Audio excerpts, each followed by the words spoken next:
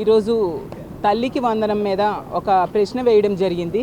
కానీ దానికి గౌరవ విద్యాశాఖ మంత్రి గారు సమాధానం దాటవేసి గత సంవత్సరం అంటే 24-25 అకాడమిక్ ఇయర్ అంటే ఇప్పుడు నడుస్తూ ఉన్న ఇయర్కి ఎంత నిధులు కేటాయించారు అని మేము అడిగితే వాళ్ళు చెప్పింది ఏంటంటే నెక్స్ట్ ఇయర్ 25-26 అకాడమిక్ ఇయర్కి ఎంత కేటాయిస్తున్నామో చెప్పారు.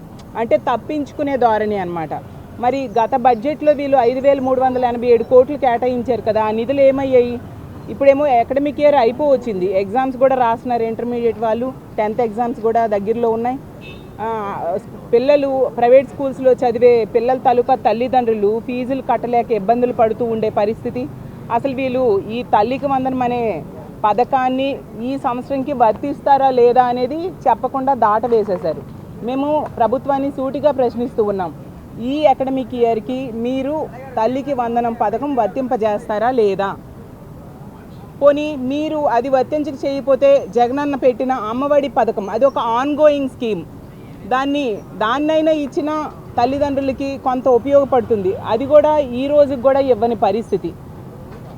ఆ రోజు జగన్మోహన్ రెడ్డి గారు డ్రాప్ అవుట్స్ని తగ్గించడం కోసం ఈ అమ్మఒడి పథకాన్ని ప్రవేశపెట్టి ఎంతో చక్కగా పిల్లల తల్లి అకౌంట్లో వేసి వాళ్ళ చదువుకి సహకరించడం జరిగింది.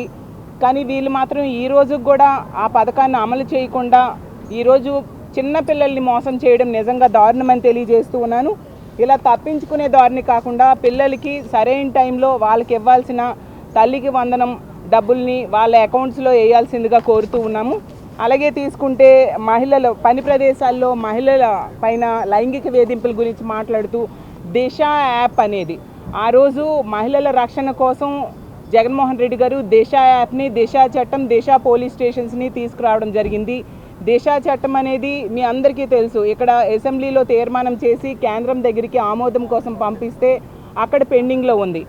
ఇప్పుడు వీళ్ళు కూటమి అనేది కేంద్రంతో కూడా ఎలియన్స్లో ఉంది కాబట్టి ఆ పెండింగ్లో ఉన్న దిశ చట్టం ఆమోదం అయ్యేట్టుగా చేసి అమల్లోకి వచ్చేట్టుగా చేయాల్సిన అవసరం ఎంతైనా ఉంది. లేకపోతే ఈ దిశ యాప్ అనేది 9 నెలలైంది ప్రభుత్వం అధికారంలోకి వచ్చి, ఈరోజు పని చేయకుండా ఉండిన పరిస్థితి. ఇప్పుడు పని ప్రదేశాల్లో ఆడవాళ్ళు ఉద్యోగం కోసమో పని కోసమో వెళ్ళినప్పుడు దిశ యాప్ లాంటి యాప్ కనుక ఉండుంటే చక్కగా SOS బటన్ నొక్కి వాళ్ళ మీద అఘాయిత్యాలు చేయడానికి పూనుకునే వాళ్ళకి వ్యతిరేకంగా పోలీసులు వెంటనే వచ్చి ఆ ఆడవాళ్ళని రక్షించే పరిస్థితి ఉండేది. కానీ ఈరోజు దిశ యాప్ లేకపోవడం వల్ల మహిళలకు రక్షణ లేని పరిస్థితి అయిపోయింది. కాబట్టి తక్షణమే ప్రభుత్వానికి మేము కోరుకున్నాం ఏంటంటే దిశ యాప్ని పునరుద్ధరించాలి. మీకు ఆ దిశ అనే పేరు జగన్మోహన్ రెడ్డి గారు పెట్టారు కాబట్టి ఆ పేరు కొనసాగించడం ఇష్టం లేకపోతే కొత్త పేరు పెట్టుకునైనా దిశ యాప్ లాంటి వ్యవస్థని తక్షణమే తీసుకురావాల్సిన అవసరం ఉందని మేము తెలియజేయడం జరిగింది. అలాగే తీసుకుంటే మొదటి నుంచి కూడా మేము చెప్తూ ఉన్నాము, ఈ కూటమి ప్రభుత్వం అధికారంలోకి వచ్చాక ఉద్యోగుల్ని నెట్ట నిలువుగా మోసం చేశారు. ఎప్పటికీ 9 నెలలైనా ఒక్క DA కూడా ఇవ్వలేదు, ఒక IR ఇవ్వలేదు. అలాగే PRC కమిషన్ అప్పుడు జగన్మోహన్ రెడ్డి గారు వేసిన PRC కమిషన్ చైర్మన్ని ఈ ప్రభుత్వం అధికారంలోకి వచ్చాక తీసేయడమే కాకుండా ఇప్పటికి 9 నెలలైనా కొత్త PRC కమిషన్ చైర్మన్ని వేయలేదు. దానివల్ల ఉద్యోగులు తీవ్రమైన అసంతృప్తితో ఈ ప్రభుత్వం మీద ఉన్నారు అనే విషయం మేము ముందు నుంచి కూడా చెప్తూ ఉన్నాము.